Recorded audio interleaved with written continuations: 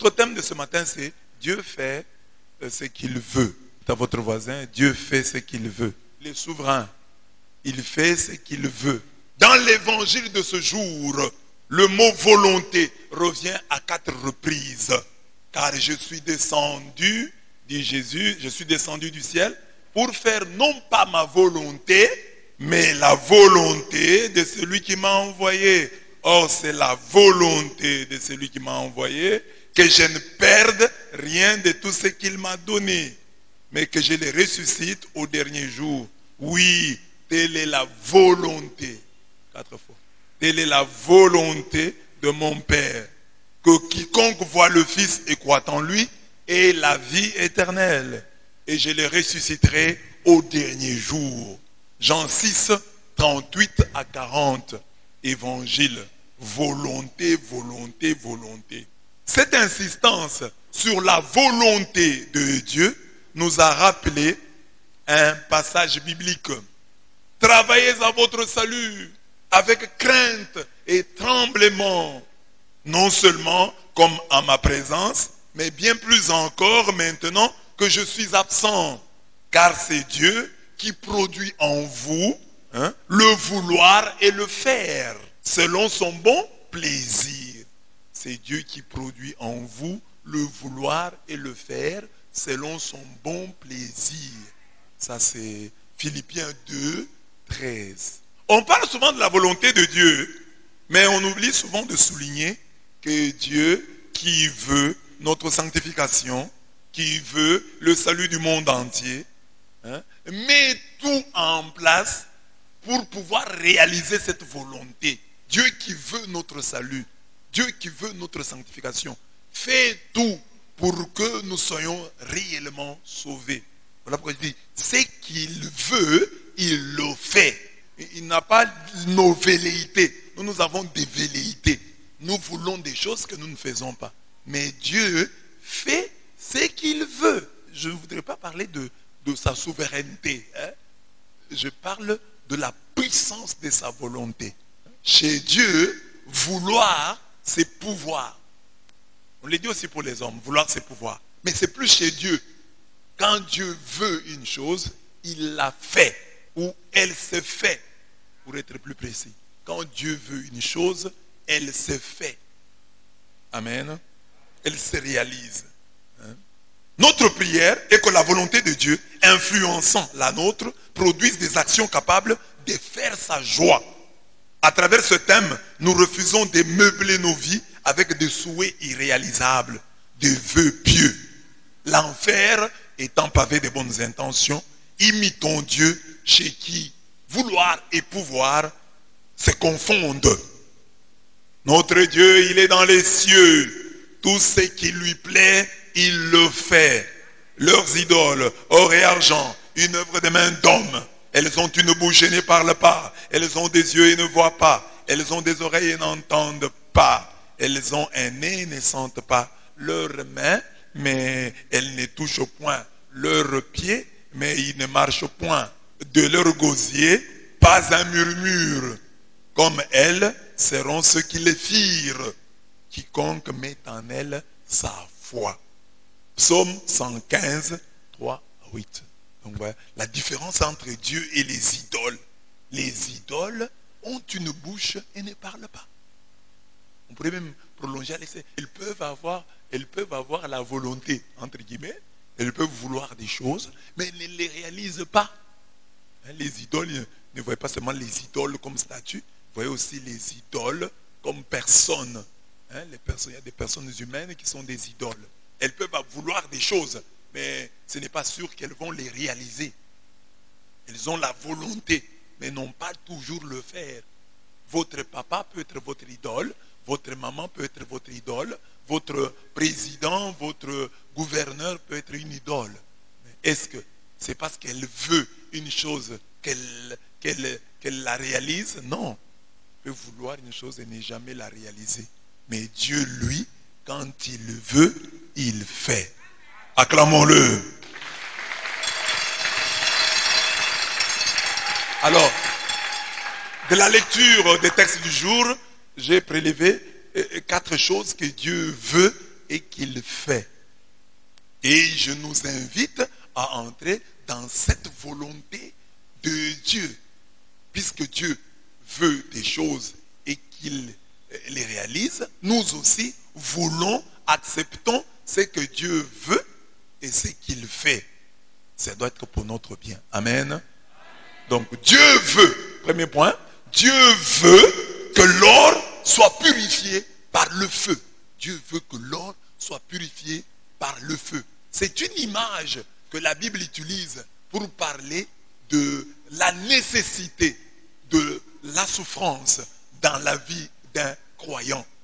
Un chrétien doit passer par le feu, étant donné que l'or, qui n'a pas la même valeur que notre foi, l'or passe par le feu pour être purifié. Quand vous avez un bijou en or, sachez que pour qu'il brille, comme il brille là, il est passé par le feu.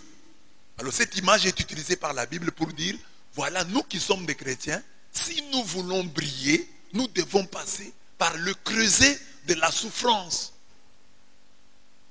Comme l'or passe par le creuset du feu, nous devons aussi passer par le creuset de la souffrance. La souffrance est donc nécessaire pour notre maturation et pour notre salut.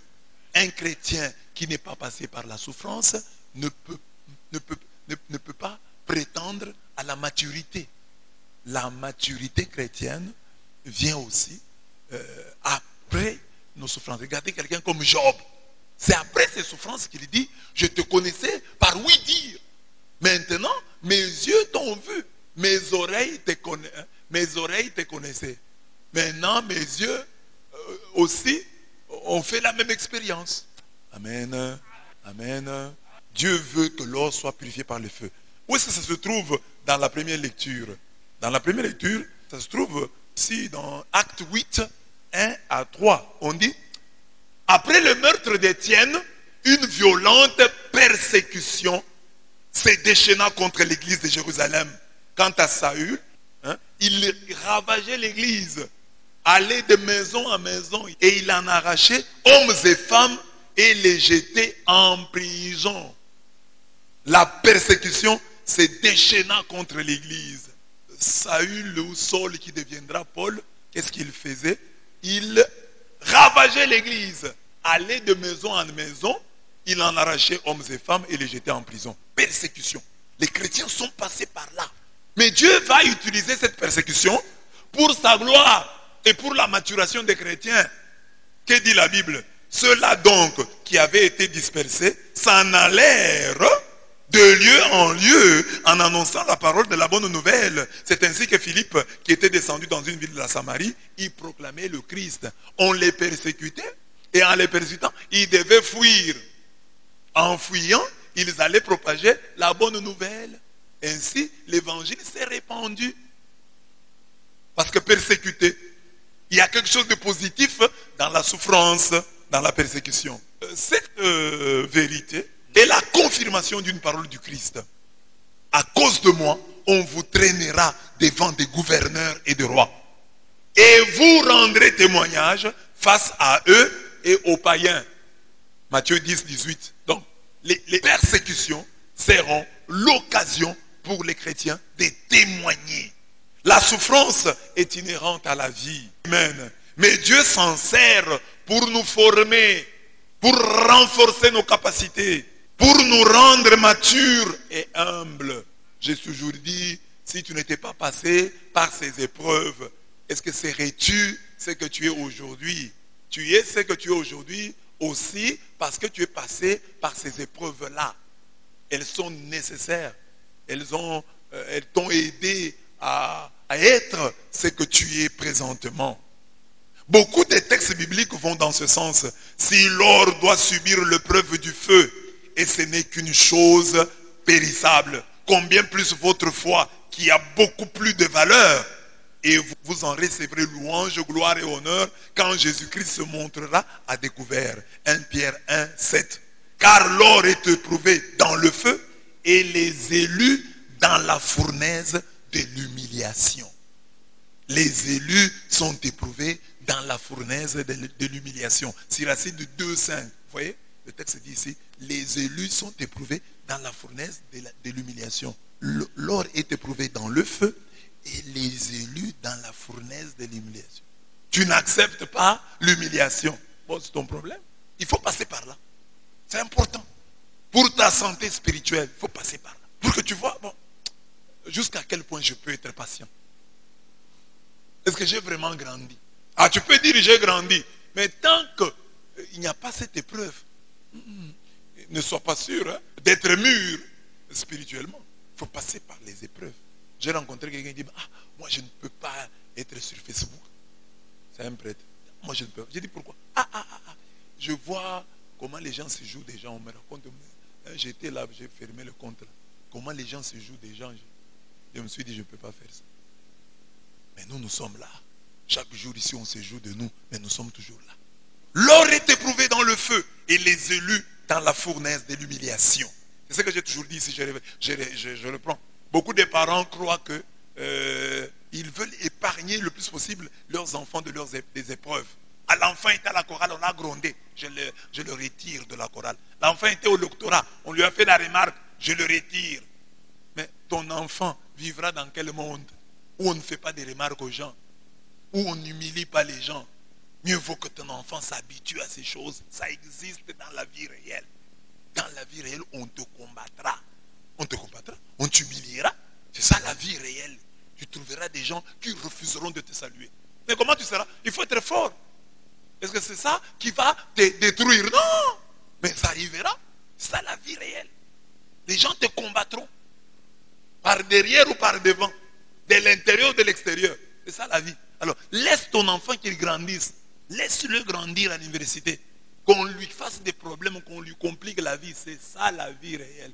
Oh, je vais à un endroit où mon enfant ne sera pas... C'est ce que nous avons des gens qui n'ont pas des nerfs solides. Pas des nerfs solides. Alors, un petit problème comme ça, tu t'effondres. Pourquoi? Parce que tes parents t'ont épargné de tout souci, de tout problème. Oh non, non. Mais nous qui sommes habitués. C'est ça, les gens deviennent mûrs. Nous tous ici, nous sommes ce que nous sommes aussi parce que nous avons eu de tels parents. Exigeants. Et même intransigeants. La petite discipline qu'on voit dans nos vies vient de ça. Vient de là. Mais les gens qui ont grandi sans discipline, vous allez voir. Vous verrez les désastres dans quelques années. Vous verrez les désastres. La civilisation occidentale, c'est une civilisation en perte de vitesse. L'Occident a échoué. L'Occident a échoué.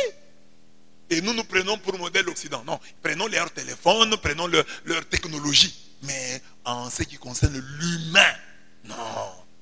Ils n'ont pas de leçons à nous donner. Ils en ont dans d'autres domaines, mais en général, comme ça, sur l'humain en général, ils n'ont pas beaucoup de leçons à nous donner. Comment éduquer les enfants? Eux, ils ont des choses à nous apprendre. Amen. Car l'or est éprouvé dans le feu et les élus dans la fournaise de l'humiliation. Donc j'interpelle les parents en disant, ce texte est très important. N'élève pas tes enfants comme si tu étais un blanc. Tu n'es pas un blanc. Toi, tu es un Africain. Nos parents nous ont élevés sans avoir fait ces études-là, sans avoir été à telle école. Mais nous ont élevés, nous ont fait passer par le creuset de la souffrance, par la fournaise de l'humiliation. Et nous sommes devenus ce que nous sommes. Parce que nos parents étaient sévères.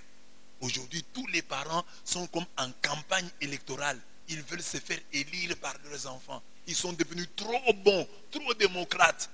Moi, j'ai vu des enfants en Europe injurier leur maman. C'est ça, Save the Children. Injurier leur maman. Tu es bête. J'ai entendu ça des enfants. Tu es bête. Et la maman rit.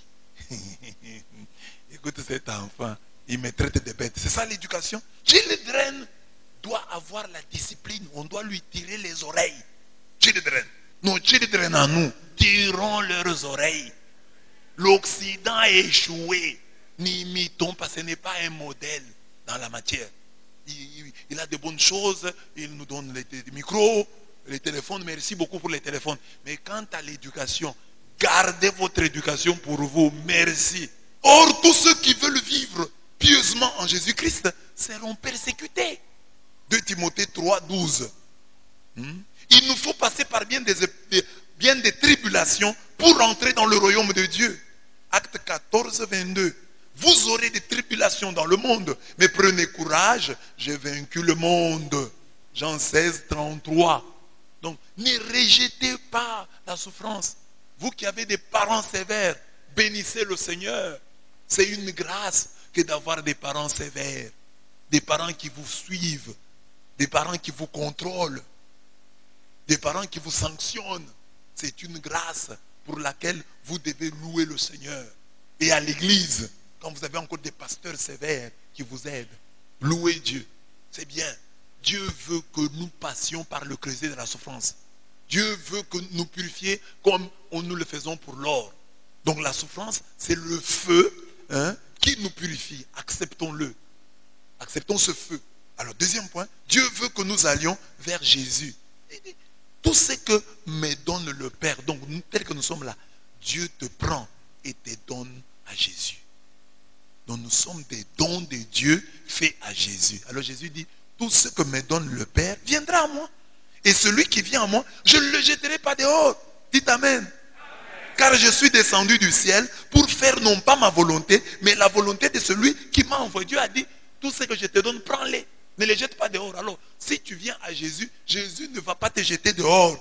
Or, c'est la volonté de celui qui m'a envoyé, que je ne perde rien de tout ce qu'il m'a donné. Voilà, la volonté de Dieu, que Jésus-Christ ne perde personne. Que personne n'aille en enfer. L'enfer n'a pas été fait pour toi. L'enfer a été fait pour Satan et ses anges. Toi, tu as été fait pour le ciel. Et le ciel a été fait pour toi. Ne va pas en enfer. Non. Or, c'est la volonté de celui qui m'a envoyé, que je ne perde rien de tout ce qu'il m'a donné. Mais que je les ressuscite au dernier jour. Ceux qui ressuscitent au dernier jour, c'est notre corps. Ceux qui tuent l'âme, on dit, ne craignez pas ceux qui tuent le corps sans tuer l'âme. Il n'y a que Dieu qui tue le corps et l'âme. C'est-à-dire, il n'y a que Dieu qui te garde aujourd'hui, garde ton corps, et qui va les ressusciter un jour. Oui, telle est la volonté de mon Père, que quiconque voit le Fils et croit en lui ait la vie éternelle. Et je le ressusciterai au dernier jour. La résurrection au dernier jour, c'est la résurrection de la chair. Mais lorsque nous mourrons, quelque chose de nous, qu'on appelle, certains appellent esprit, d'autres appellent âme, reste, demeure. Ne craignez pas ceux qui tuent le corps sans tuer l'âme. Alors nous devons nous attacher à cette vie éternelle que Dieu nous offre.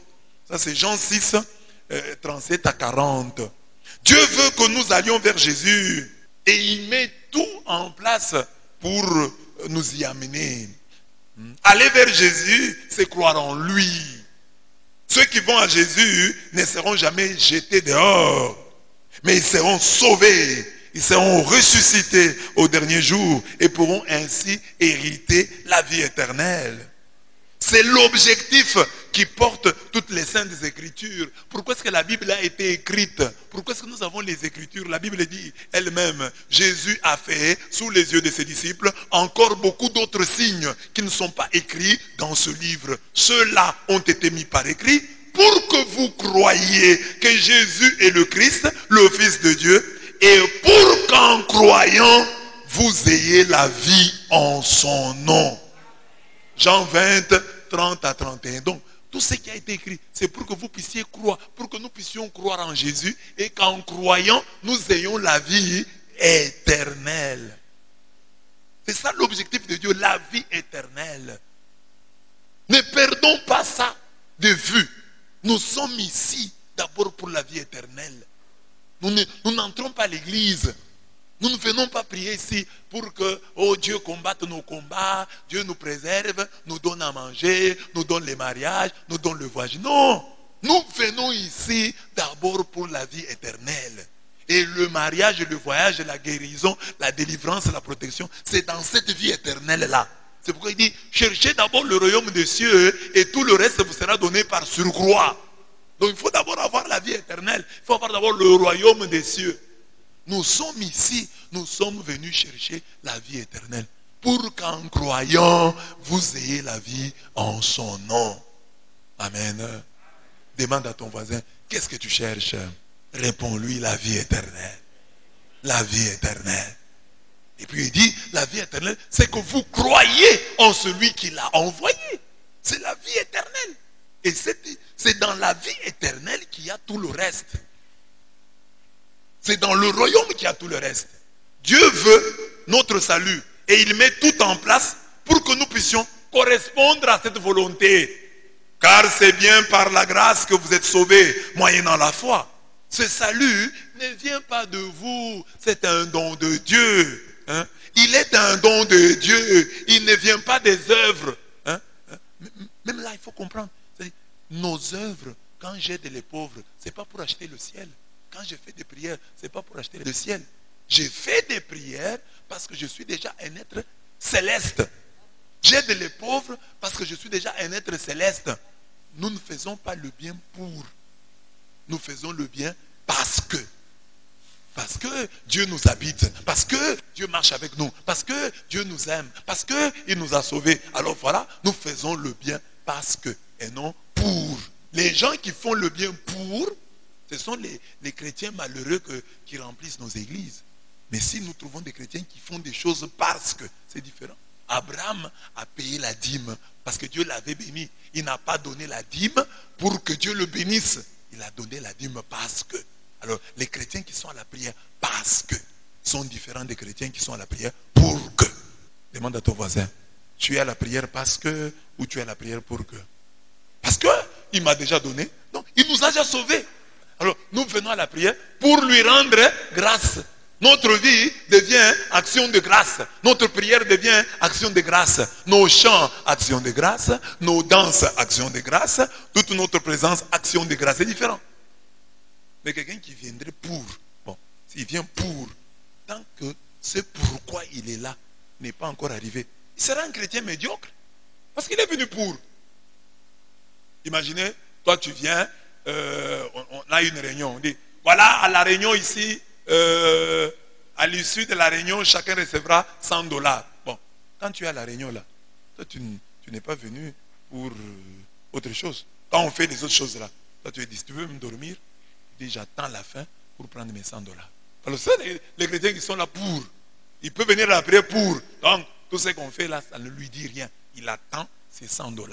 Il attend ce pourquoi il est venu. Il s'est plaint. Ah, je viens à la prière parce que Dieu m'aime.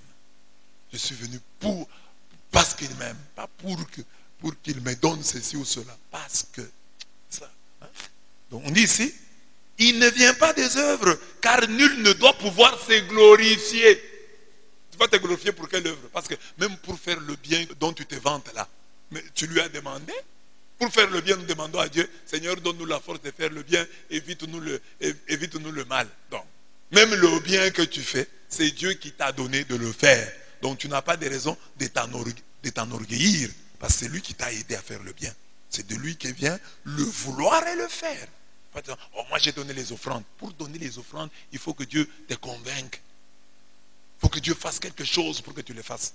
Car nul ne doit pouvoir se glorifier. Nous sommes en effet son ouvrage, créé dans le Christ Jésus, en vue des bonnes œuvres que Dieu a préparées d'avance pour que nous les pratiquions.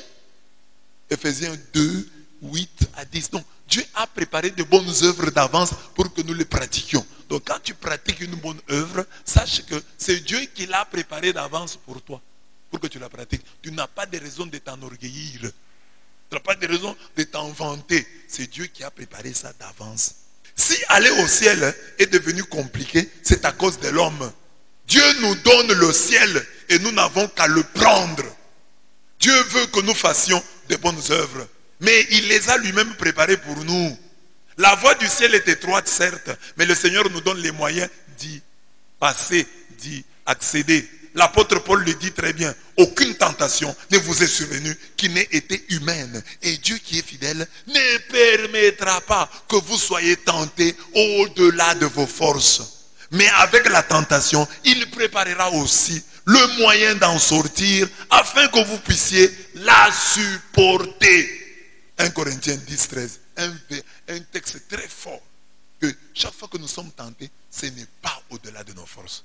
Si nous disons qu'il y a un Dieu, je sais que tu es là, tendre Père, je sais que tu es là. S'il y a un Dieu qui est là, qui marche avec toi, la Bible dit, il ne permettra pas que tu sois tenté au-delà de tes forces.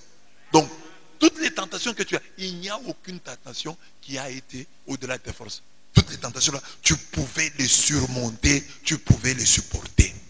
Et la preuve est qu'il y a des jours où tu as surmonté, où tu as supporté telle et telle tentation. Et si tu l'as fait une fois, tu peux le faire une deuxième et une troisième fois. S'il arrive un jour que nous nous perdions et que nous nous retrouvions en enfer, sachant que ce feu a été préparé non pour nous, mais pour le diable et les siens. Ce n'est pas pour nous. Si tu vas en enfer, c'est ton problème. Dieu, lui, a préparé pour toi le ciel. Venez, les bénis de mon Père.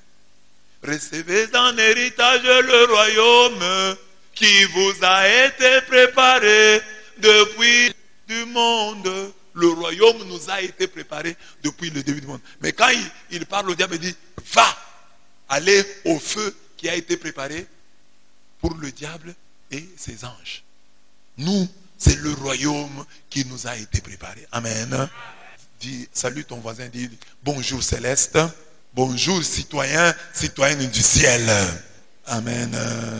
Sachons que comme pour Israël quittant l'Égypte, Dieu a mis en place un dispositif sérieux pour que nous ne nous perdions pas. Dieu a mis un dispositif sérieux pour que nous ne nous perdions pas. Frère, dit Paul, je ne veux pas que vous ignoriez que nos pères ont tous été sous la nuée, qu'ils ont tous passé au travers de la mer, qu'ils ont tous été baptisés en Moïse dans la nuée et dans la mer, qu'ils ont tous mangé le même aliment spirituel et qu'ils ont tous bu le même breuvage spirituel, car ils buvaient à un rocher spirituel qui les suivait. Et ce rocher était Christ. Mais la plupart d'entre eux ne furent point agréables à Dieu. Malgré les dispositifs, la plupart n'a pas été favorable à Dieu. Puisqu'ils périrent dans le désert. Ils périrent dans le désert. Or, ces choses sont arrivées pour nous servir d'exemple, afin que nous n'ayons pas de mauvais désirs, comme ils en ont eu. 1 Corinthiens 10, 1 à 6. Dieu a mis tous les dispositifs en place pour que les enfants d'Israël arrivent à la terre promise. L'eau, le rocher les accompagnait. Vous avez soif, vous arrivez ici, vous trouvez le rocher, vous allez là-bas, vous trouvez le rocher. Donc un rocher qui se déplace pour vous. Mais ils se sont perdus. Ils avaient la colonne de feu, la colonne de nuée. Ils avaient la manne. Tout ça, Dieu leur a donné, qu'ils puissent marcher, mais malgré ça, la plupart d'entre eux périrent dans le désert.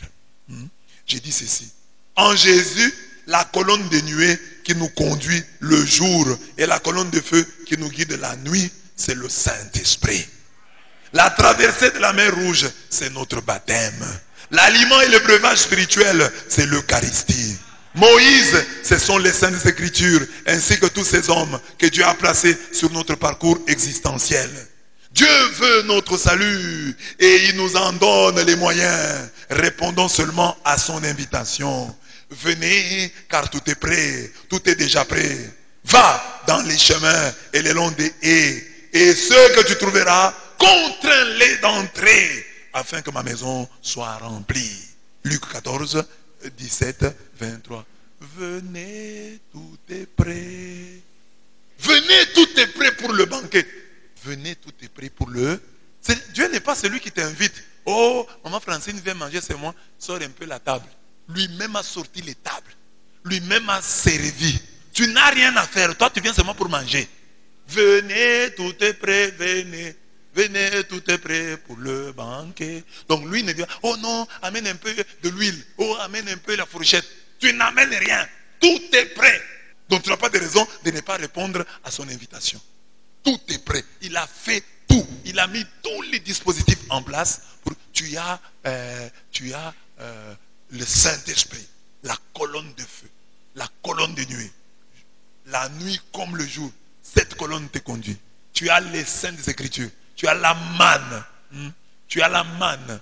Moïse. Hein? Je dis, tu as Moïse. Moïse, c'est les saintes écritures. Et tous ces hommes de Dieu qui nous montrent le chemin. Hein? Tu as la manne, l'Eucharistie. Hein? Tu as le baptême, la traversée même. Alors, tu as quelle raison? Après avoir, tu communies chaque jour. Tu écoutes la parole de Dieu chaque jour. Et tu te perds. Et tu vas en enfer. C'est pourquoi tu vas aller en enfer. Parce que Dieu va dire, mais j'ai mis tout en place. Tout pour que tu puisses arriver au ciel, parvenir à la vie éternelle. J'ai mis tout à ta disposition. J'ai fait de mon mieux. Le Saint-Esprit est là. Le Saint-Esprit est là. Toi-même tu chantes. Hein? Le Saint-Esprit est là. Il est là. Le Saint-Esprit est là. Est-ce que tu te laisses conduire par lui? Parce qu'il est là.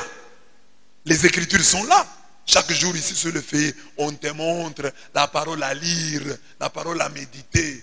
Chaque jour, on te prêche avec un feuillet, en détail, en t'interpellant.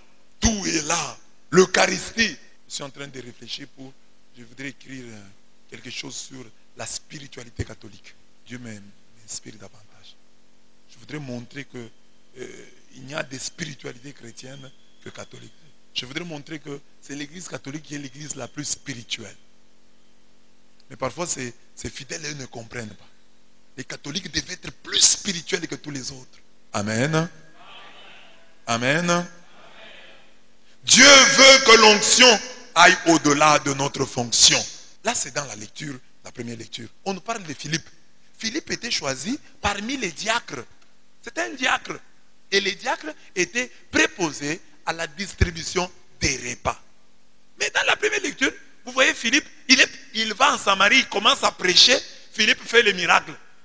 Il va donc au-delà de sa fonction. Sa fonction, c'était diacre. Quelqu'un qui s'occupe de l'organisation matérielle de l'église. Mais on le voit prêchant et guérissant les malades, chassant les démons. L'onction qu'il avait reçue du Saint-Esprit va au-delà de la fonction. Amen. Dis à ton voisin, Dieu veut que ton onction aille au-delà de ta fonction. Philippe, épris du Saint-Esprit, ne se contenta pas de sa fonction officielle. Il descendit dans une ville de la Samarie, y proclamant le Christ. Les foules unanimes s'attachaient à ses enseignements, car tous entendaient parler des signes qu'il opérait ou les voyaient. De beaucoup de possédés, en effet, les esprits impurs sortaient en poussant de grands cris. Nombre de paralytiques et d'impotents furent également guéris. Et la joie fut vive en cette ville. Acte 8, 5 à 8. Comme nous l'avons vu hier, nous parlions de Philippe. Comme pour le diacre Étienne. Étienne aussi était un diacre. Mais le diacre qui prêchait. Les diacres qu'on arrête, qu'on juge. Étienne, rempli de l'esprit de grâce et de puissance, opérait de grands prodiges et signes parmi les peuples. C'était aussi un diacre. Mais le diacre commence à opérer des prodiges. Donc on était content. Ah, moi je ne suis que protocole. Non! Protocole prie. Va au-delà de ta fonction. Oh, moi je ne suis qu'un chantre. Moi je ne fais que chanter. Chantre, prie. Que par toi, l'église obtienne des miracles. Oh, moi, je ne suis qu'un acolyte. Je suis là devant. J'attends mon heure pour apporter de l'eau au prêtre. Non! Acolyte, va au-delà de ta fonction. C'est ça la volonté de Dieu. Ne dis pas, je suis Philippe le diacre, je suis Étienne le diacre, je me contente de l'organisation matérielle de l'église. Non, je peux aussi aider. Si j'ai l'onction, je ne vais même pas, ce ne sera même pas une option. Hein. Quand tu as l'onction, ce n'est pas une option que tu vas lever. Ça va venir de soi. Hein. Ça va te pousser à faire au-delà de ce que ta fonction prévoit. Quand tu as l'onction, quand l'amour de Dieu est en toi, quand tu es tombé amoureux de Dieu, tu feras plus. Nous croyons ressusciter. Et si nous sommes épris du Saint-Esprit, nous irons au-delà de notre fonction officielle. Car un cœur épris d'amour en fait toujours un peu plus. C'est avec raison que Saint Augustin a dit un jour que la mesure de l'amour, c'est d'aimer sans mesure. Saint Paul dit que l'amour de Dieu est répandu dans nos cœurs par le Saint-Esprit qui nous a été donné. Romains 5, 5. Cet amour nous presse, nous étreint, nous obsède à la pensée que si un seul est mort pour tous, alors tous sont morts. Et il est mort pour tous, afin que les vivants ne vivent plus pour eux-mêmes, mais pour celui qui est mort et ressuscité pour eux. 2 Corinthiens 5, 14 à 15. Dieu veut que, par le Saint-Esprit, nous tombions amoureux de lui, que nous devenions ces lions amoureux qui, lorsqu'ils se prennent du Paraclet, disent adieu à la prudence. Celui dont l'onction va au-delà de sa fonction officielle nous montre comment on travaille avec crainte et tremblement à son propre salut. Dieu veut que nous allions au-delà de notre fonction. Il nous remplit d'Esprit Saint et d'amour. Amen. Amen. C'est ça. Donc, comme les mamans qui font ici. Il y a quelqu'un qui fête l'anniversaire. Il y a des mamans qui viennent. Est-ce que c'est une fonction? Est-ce que l'église leur a dit, toi tu es fêteuse d'anniversaire d'autrui? Non. Elles-mêmes ont compris que quand quelqu'un fête, venons quand même, entourons-le, montrons-lui notre amour. La même chose les dimanches, quand il y a des visiteurs ici. Il y a des gens qui se lèvent, qui viennent les accueillir. Il y en a, ça ne leur dit absolument rien. Que ces visiteurs aillent au diable. Mais il y en a qui se lèvent, ils sont dans le fond de l'église là. Ils viennent accueillir les visiteurs. Il y a parmi eux des mamans, des papas. Moi je suis que chantre. Je vais venir à la messe. Et c'est à ça d'être là. Non, prie. Seigneur, que par nos chants, les gens se convertissent. Ah non, c'est pas mon problème. Moi je vais seulement chanter. Parce que ça peut arriver un jour, un lecteur lit. Un lecteur peut prier aussi. Seigneur, quand je vais lire là, tous ceux qui vont entendre qu'ils soient guéris. Le lecteur aussi peut contribuer à la guérison des gens à l'église. Il va dire, ah non, moi je suis qu'un simple lecteur. C'est M. l'abbé qui viendra modérer la prière pour prier. Non, non, toi tu peux faire une prière quand je lirai. Toi tu es ministre. Tu dis, ah, aujourd'hui je vais donner le corps du Christ. Que le Seigneur aide-moi. Qu'aujourd'hui, donnant le corps du Christ, que tes enfants guérissent. Que tous ceux qui se recevront ton corps soient guéris, soient libérés. Crois que tu peux aussi faire quelque chose. Parce qu'il y a des gens qui travaillent. Il y a des gens qui ont travaillé des lettres. On t'envoie la lettre comme ça. Tu ouvres l'enveloppe, tu deviens fou. Tu ouvres forcément l'enveloppe comme ça. Tu commences à lire la lettre, tu deviens fou. Mais pourquoi ceux qui produisent les papiers ne peuvent pas prier? Seigneur, ces papiers, les protocoles là, quand nous sommes en train de les distribuer, s'il y a des gens qui ont la force, tu lis le papier, tu deviens fou. Ceux qui liront ces papiers, qui deviennent fous de Jésus, fous de Jésus, fous de Jésus. Moi, je donne seulement les papiers. Ça, ce n'est pas mon travail. C'est ton travail. Va au-delà de ta fonction officielle. Comme Philippe, comme Étienne. Au-delà de la fonction. Oh, moi, je prépare seulement. Non, non, prie pour que ça soit bon. Prie pour que le mari, pour que ça bénisse les gens. Dieu veut du surnaturel en notre nature.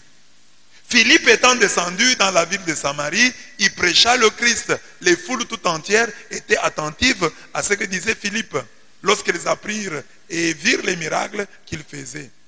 Car des esprits impurs sortirent de plusieurs démoniaques en poussant des grands cris, et beaucoup de paralytiques et de boiteux furent guéris. Et il y eut une grande joie dans cette ville. Acte 8, 5 à 9. Du surnaturel dans la vie de Philippe. Philippe est rempli du Saint-Esprit. Il chasse les démons et fait des miracles au point de mettre fin à la carrière de Simon le magicien. Celui qu'on appelait la grande puissance de Dieu. Ici, j'insiste sur le fait que, oui, Philippe déjà, au-delà de sa fonction, il accomplit des miracles. Mais maintenant, j'ajoute l'élément, j'ai dit, voilà, que Dieu ajoute du surnaturel dans notre nature. Un surnaturel qui viendra mettre fin à la carrière des sorciers, des malfaisants, des méchants, des occultistes. Tu vis dans un monde où règnent certains occultistes, où tu vas te retrouver dans un monde où règnent les occultistes. Quand toi tu arrives là, mets fin à leur règne, mets fin à leur mandat. Comme Philippe a fait avec Simon le magicien. Il arrive, Simon le magicien est démonétisé, dévalorisé. Amen. Amen.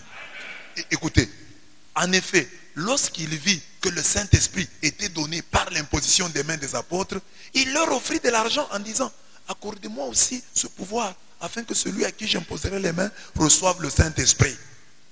Donc dans cette ville-là, on ne jurait que sur Simon. Mais quand les apôtres arrivèrent, Oh, on dit non, non. Il veut aussi, Simon, je vois que votre puissance dépasse la mienne. Prenez l'argent, donnez-moi le Saint-Esprit. Bien-aimé, c'est ça le défi. Qu'il y ait des gens qui quittent les fétiches pour devenir chrétiens. Mais parfois on voit c'est le mouvement inverse. Hein. Vous apprenez à la télévision, oh tel pasteur est allé toucher aux fétiches. Ce que vous voyez dans son église, là, sont des fétiches. Il est allé chez un féticheur, chercher la force pour faire ceci, pour faire cela. Non, ce sont les féticheurs qui doivent nous imiter. Ce sont les féticheurs qui doivent... Ah, mais comment cet homme fait des grandes choses sans nous, sans être de notre côté? Que le féticheur t'envie. Que le féticheur envie ton commerce. Qu'ils envient ton mariage. Que les occultistes envient ta réussite. Que les occultistes envient ton succès. Parce qu'il y a des gens, les filles, oh, pour être aimées, il faut des fétiches. Les hommes, pour être aimés, il faut des fétiches. Oh, pour réussir dans le commerce, il faut des fétiches. Il faut entrer dans tel mouvement mystique. Ah, mais Philippe nous dit non. Il y a moyen qu'il y ait dans notre vie du surnaturel, un surnaturel qui séduira les féticheurs, qui séduira les occultistes, qui les poussera à nous envier. Amen. Amen. Vous entendez les chrétiens dire ça? Ah, nous, depuis qu'on prie, on prie depuis des années, mais les gens qui sont allés chez les féticheurs, ils sont déjà bien, ils ont déjà réussi dans leur vie. Non. Que toi, tu ne dises jamais ça. Et qu'au contraire, ceux qui sont allés dans les fétiches là, s'ils ont leur courte joie, leur miette, qu'ils voient l'abondance, qu'ils voient les merveilleux, l'excellence dans tes bénédictions, dans ta vie, et qu'ils t'envient. C'était ton ambition. Parce qu'aujourd'hui, c'est comme ça. Si tu vois un homme qui vit bien avec sa femme, cet homme doit avoir des fétiches. Une femme qui vit bien avec son mari, cette femme doit avoir envoûté son mari. Ça, c'est pas l'amour, ça, c'est l'envoûtement. C'est comme ça que nous faisons. Ah, c'est l'envoûtement. Toi, ton mari t'aime, ce n'est pas l'envoûtement. Quand ton petit frère, ton grand frère aime sa femme, c'est l'envoûtement. Amen. Nous, les chrétiens, c'est nous qui disons ça.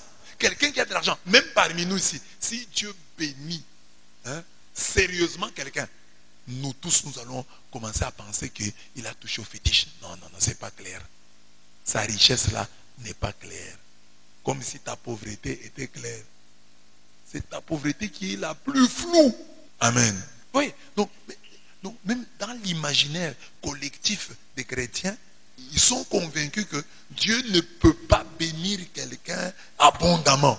Quand quelqu'un est béni, a des richesses abondantes, réussit sérieusement, les gens commencent à suspecter, non, il doit avoir des fétiches. Or, c'est le contraire. Nous avons Dieu qui est au-dessus de toutes les puissances. Donc, si Dieu te bénit, tu es réellement béni. C'est la bénédiction de l'Éternel qui enrichit. Et il ne l'a fait suivre d'aucun chagrin. Dépassons les occultistes dans tous les domaines.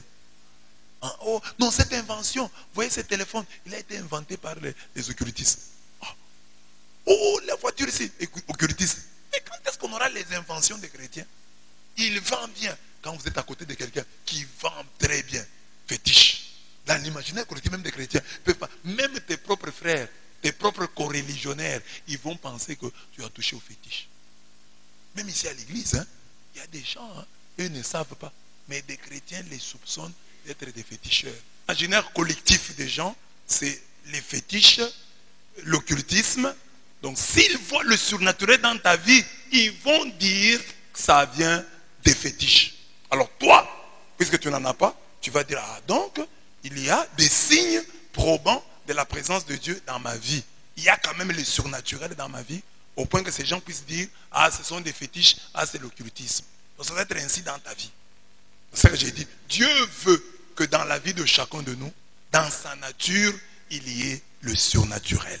Alors, je donne pour terminer 2 exemples ici du roi Saül, le premier roi d'Israël. On dit à Gibéa, le prophète Samuel lui dit, quand tu m'auras quitté aujourd'hui, tu arriveras à Gibéa de Dieu, où se trouve le préfet des Philistins. Et à l'entrée de la ville, tu te heurteras à une troupe de prophètes descendant du haut lieu. précédés de la harpe, du tambourin, de la flûte et de la cithare. Ils seront en délire, c'est-à-dire ils seront en état de transe prophétique. Alors l'esprit de Yahweh fondera sur toi. Tu entreras en délire, en transe prophétique avec eux et tu seras changé en un autre homme. Voilà le surnaturel. Changer, être changé. Tu ne peux pas occuper les fonctions du roi en étant le même. Avant d'occuper ces fonctions, tu dois d'abord être changé en un autre homme. C'est ça le surnaturel. Les gens te connaissaient ainsi. Mais maintenant, quand l'esprit fond sur toi, tu es changé en un autre homme. Les chrétiens doivent prier pour ça. Ah, on m'a nommé ministre. On m'a donné telle responsabilité. Mais avant d'exercer la fonction là, as-tu été changé en un autre homme? Parce que même sur le plan traditionnel, hein, avant de devenir roi, il y a des rites. Il y a un cérémonial. Samuel dit, tu vas rencontrer les prophètes. Tu vas entrer en transe. Et vous vous souvenez là, le jour où Fachi est devenu président. Il y a des interprétations diverses. Mais il y a quelque chose comme ça. On ne sait pas si pour lui c'est du bon ou du mauvais ou c'était une maladie comme on nous a présenté. Mais quand même, on dit ici, hein, tu entreras en transe prophétique et tu seras changé en un autre homme. Il y a même certains clans où quand tu dois devenir chef, tu dois avoir des relations avec ta propre mère. Pour qu'il soit changé, qu'il soit un homme au-dessus des lois. Lui, il lui est permis de faire ça. Il faut que tu sois changé en un autre homme. Il faut demander ça. Seigneur, j'ai de nouvelles responsabilités. Change-moi en un autre homme. Lorsque ces signes auront eu pour toi leur accomplissement, fais ce que tu trouveras à faire, car Dieu est avec toi. Ah, quelle belle parole. Dit, du moment que ces signes sont arrivés, commence à faire tout ce que tu veux, tout ce que tu dois faire. Dieu est avec toi. Donc, ce n'est plus toi qui désormais agira. Mais c'est cette force qui t'a changé en un autre homme qui commencera à te bouger, à te faire agir. Lorsque ces signes auront eu pour toi leur accomplissement, fais ce que tu trouveras à faire, car Dieu est avec toi. 1 Samuel 10, 3 à 13. Du moment que tu as de ces signes-là, hein, tu es entré en transe prophétique. Tu as été changé en un autre homme. Tu as le feu vert. Quel beau texte. Parce qu'à ce moment-là, quand tu as déjà ça, même si tu vends de l'eau, tu vas prospérer. Tu vends du papier, tu vas prospérer. Parce qu'on dit, fais ce que tu trouveras à faire, car Dieu est avec toi. Tu as déjà été changé en un autre homme. Qu'est-ce qui t'empêche d'aller en avant? C'est ce vieil homme-là que tu es et qui est en toi. C'est celui-là. Quand tu te tiens devant, tu vends l'eau. Les gens voient le vieil homme. Ils fuient le vieil homme. C'est un voleur. Ce papa doit être sorcier. Cette maman ici, on ne la voit pas clair. Mais quand tu es changé en un autre homme, quand tu te tiens là avec de l'eau, les gens, imaginez si Dieu venait ici et vendait de l'eau. Tout le monde achèterait l'eau de Dieu. C'est ça. Quand tu es changé en un autre homme, tu deviens attrayant, attirant. Les gens viennent vers toi. Donc il faut demander à Dieu de nous transformer, de nous changer, que nous devenions des hommes nouveaux. Ce jour-là, un nouveau proverbe vit le jour. Saül est-il aussi parmi les prophètes? Quand on a vu Saül comme ça, parmi les prophètes en transe, il est en transe avec tous les... On dit non, le proverbe est sorti. Saül est-il aussi parmi les prophètes? Et c'est devenu proverbial.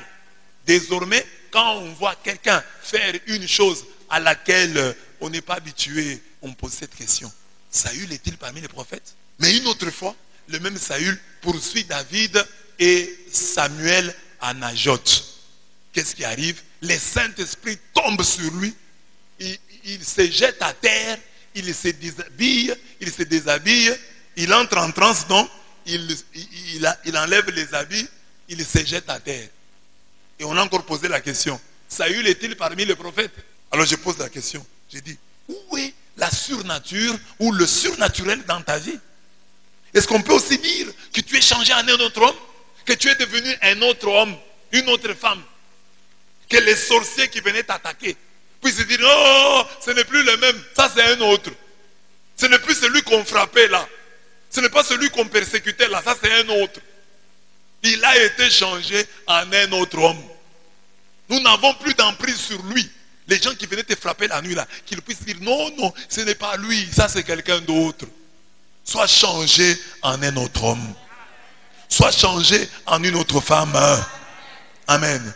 Et ça ne s'arrête pas là. Les gens qui viennent t'attaquer, comme Saül, attaquant David et Samuel, que le Saint-Esprit les fasse tomber, qu'ils se déshabillent et restent ainsi toute la journée. Saül, tout roi qu'il était, il poursuit David. Le Saint-Esprit, parce que nous avons seulement le Saint-Esprit. Le Saint-Esprit vient pour que je prêche. Non, le Saint-Esprit fait tomber tes ennemis, les déshabille, c'est-à-dire les met à découvert. Tu découvres ce qu'il y a en eux. Tu as besoin de ça, que tes ennemis se dévoilent. Dis Amen. C'est ça. C'est-à-dire, Saül reste nu. Que tes ennemis qui viennent habillés comme des agneaux, alors qu'ils sont des loups, qu'ils se déshabillent. Que tu vois ce qu'ils sont réellement. Tu es entouré de beaucoup de gens dont tu ne connais pas l'état d'âme, le statut spirituel. Il faut que Dieu les mette à nu. Dieu doit les mettre à nu. Et attends. Parce que s'ils traînent à côté de toi, tu vas commettre des erreurs. Que Dieu les mette à nu. Que le Saint-Esprit les mette à nu. Ça aussi, c'est le surnaturel dans ta vie. Vois, quand un sorcier se rend compte que tu l'as déjà découvert, il n'a plus de force. Dans le monde spirituel, même dans le monde ordinaire comme ça, l'information est très importante. Quand tu découvres l'état spirituel de ton ennemi, tu le fragilises. Le sorcier qui apprend que tu le connais maintenant, tu sais qu'il est sorcier, il n'a plus de force devant toi. C'est ainsi que vous voyez souvent un sorcier là, quand un sorcier dit, ça c'est quelque chose qu'il faut apprendre aux chrétiens, quand lui-même confesse sa sorcellerie, ne vous inquiétez pas. C'est-à-dire qu'il a été fragilisé.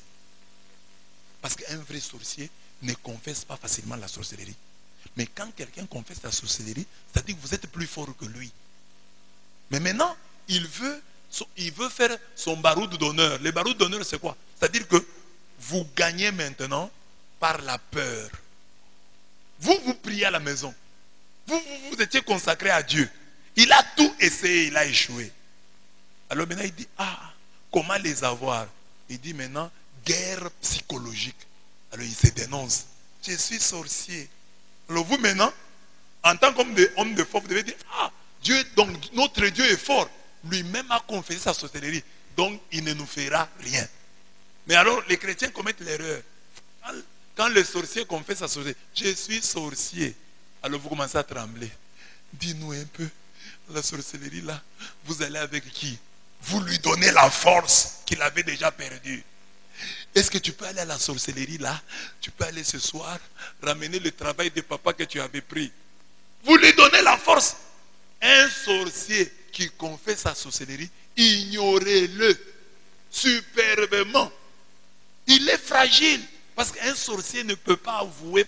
S'il avoue, c'est qu'il y a devant lui une grande puissance. Alors, ne venez pas le sauver, le repêcher en faisant de lui votre informateur. Qui sont sorciers? Or, le diable est un menteur. Vous allez avec qui? Le diable est un menteur. Tu as amené quoi dans le monde là? Le diable est un menteur. Il va vous tromper. Tu as amené quoi là-bas? J'ai amené le travail de papa. Et puis vous lui donnez la mission. Va un peu tu peux aller le récupérer? Oui. Quel jour? Demain. Mais il règne maintenant dans la maison. Il a retrouvé le pouvoir qu'il avait perdu par vos prières quotidiennes. Parce que chaque jour vous étiez en train de prier et les sorciers n'a pas trouvé par où entrer. Mais maintenant il dit, je change de stratégie, je vais les battre, je vais engager contre eux une guerre psychologique. Je vais fragiliser leur mental. Je suis sorcier. C'est moi qui fais ceci. Vous commencez à le craindre. Et à partir de ce moment-là, il prend le pouvoir. Il commence à faire des choses, vous le laissez. C'est un sorcier. Tu as compris? Ton Dieu ordonne que tu sois puissant. Affermis au Dieu ce que tu as fait pour nous. Psaume 68, verset 28. Tu peux arriver à ce surnaturel dans ta nature par la prière, par le jeûne, par la confession et surtout par la consécration de toute ta vie. Consacre à Dieu toute ta vie, il va renforcer tes capacités spirituelles, il va renforcer ton ombre spirituel et il y aura du surnaturel dans ta vie et ce surnaturel sera reconnu par les mauvais, les méchants, par les sorciers. Amen. Mets-toi debout, on va prier. Lève les mains et dis à Dieu, merci pour ta parole.